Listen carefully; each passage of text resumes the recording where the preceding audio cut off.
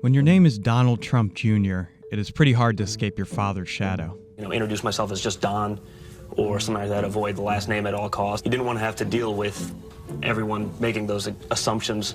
It wasn't until his father's presidential campaign that he emerged as a full-throated Trump. You can't give a Trump a mic and not expect us to take our turns. Donald Trump Jr. is very similar to his dad. That's Kevin Cirilli, chief Washington correspondent for Bloomberg Television.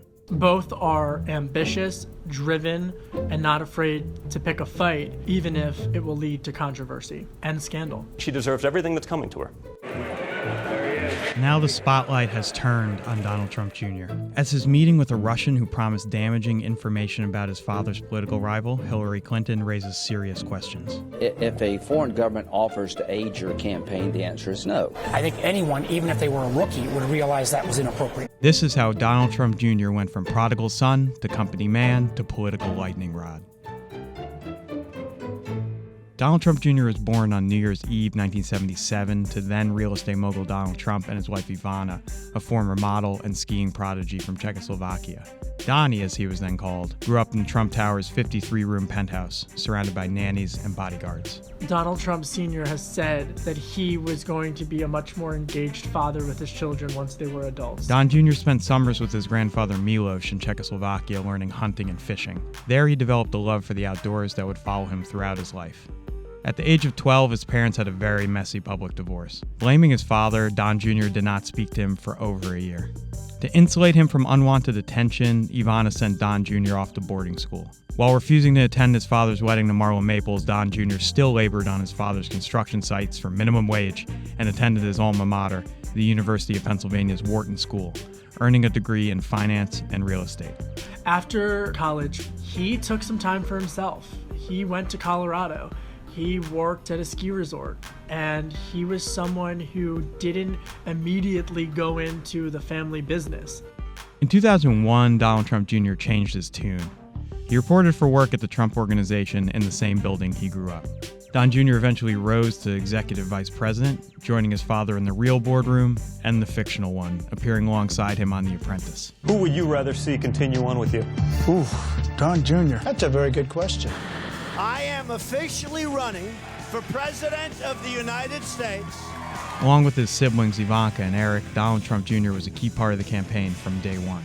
If Hillary Clinton were elected, she'd be the first president who couldn't pass a basic background check.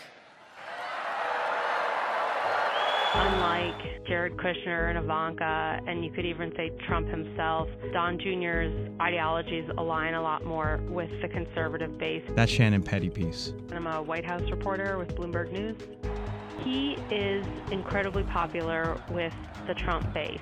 He speaks their language. He's a big sportsman, gun advocate, which has landed him in hot water at times. The Trump sons became targets themselves earlier this year after photographs of their big game kill surfaced online.